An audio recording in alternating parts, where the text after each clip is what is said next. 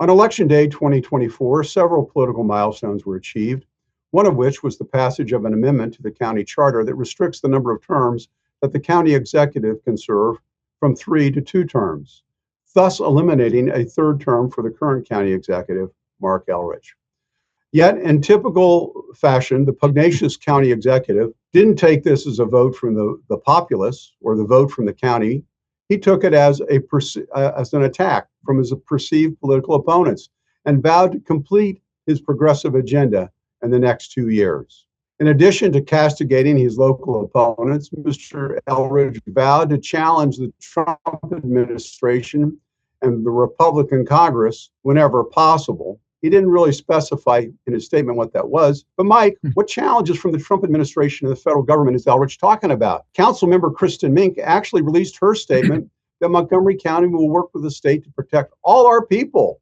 We may need to refuse to cooperate with the federal criminalization of abortion, trans health, etc., the way we have for undocumented residents.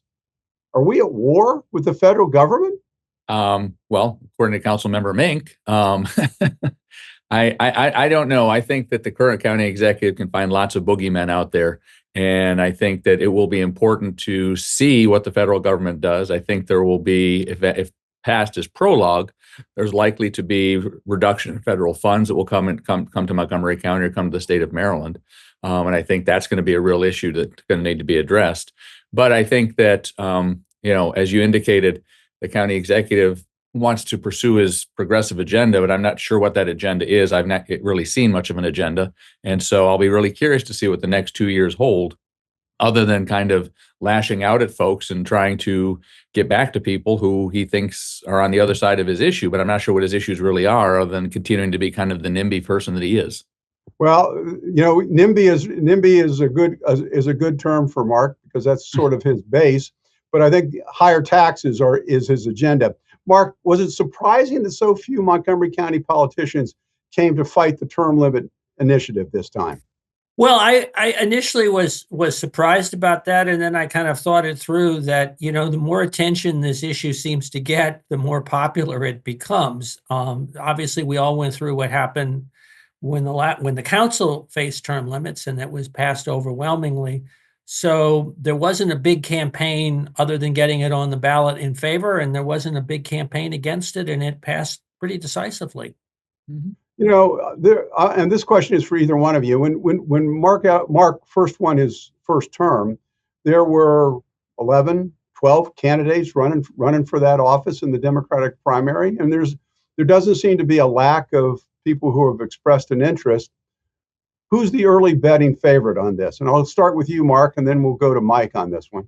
Well, I one of the downsides, I think, to term limits is that it creates for those who are, quote, termed out, who cannot run again for reelection, an incentive to run for higher office, to run for county executive. And so literally everybody who's in that position ends up coming forward. And part of the dynamic that then creates is this sense of, well, if 25% of the primary vote could end up coming on top, or some small percentage, it incents people to think that their base could be enough to make the difference. And so as a result, you end up having sort of a lot more candidates than you might otherwise have. That I'm not answering your question, because I think that's that sense of that the pie gets cut so many different ways makes it very hard to predict.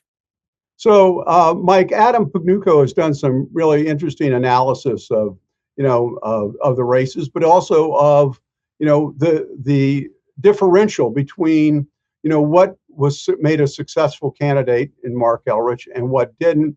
It was maybe a couple hundred votes here, a couple thousand, or one extra candidate in the race. So who will inherit the coalition that Mark successfully put together as you said, the NIMBY coalition? I don't think anybody puts that coalition together. I think that was kind of a uniquely Mark coalition that was cultivated over his time on the Tacoma Park City Council, and when he ran for at-large. He spoke to a number of folks who didn't really want to see change, didn't want to see growth in their backyard, and that kind of cultivated an array of folks. So I don't know that anybody inherits that specifically. I know there's some notion that somehow that's a progressive block. I don't believe that it really is. I think there are some progressives in that, but I think that pretty much everyone is up for grabs, and I think every part of the county is up for grabs. There's been significant demographic shift. If you look at some of the polling that was done going into this election, you have nobody with less than 70% identification. I mean, nobody knows anybody. So I think that the most favorable person I saw was I think Will may be at like 11%. But there's nothing that indicates that anybody has any name recognition or has any particular block that is their block. And so I think in the coming weeks and months, you're going to see a lot of shifting and people trying to try out different messages. Well, what it sounds like is that whomever can raise the most money to get name recognition may have a great opportunity here.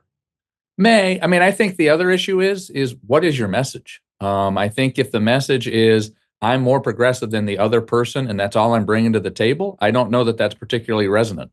I think that people if there's anything to take from the election, I think a couple of weeks ago, is that I want to see something different. I want to see some substance. I want to see us moving in a direction. I want to see some activity.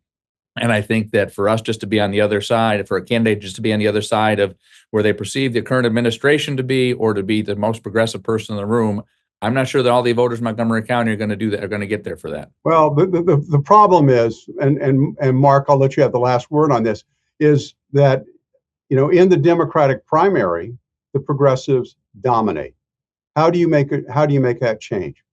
Well, it's interesting. We obviously had some very closely, the last two primaries were very closely contested with Blair. The first time, I think he ran more as a centrist. The second time, I think he kind of tried to straddle centrist and being more progressive and it was a little confusing towards the end. That said, Blair did lay out a more centrist approach, and if all the council members are fighting to be the most progressive, that may well create an opening for somebody who's a little bit more in the middle. Well, that sounds like Andrew Friedson to me.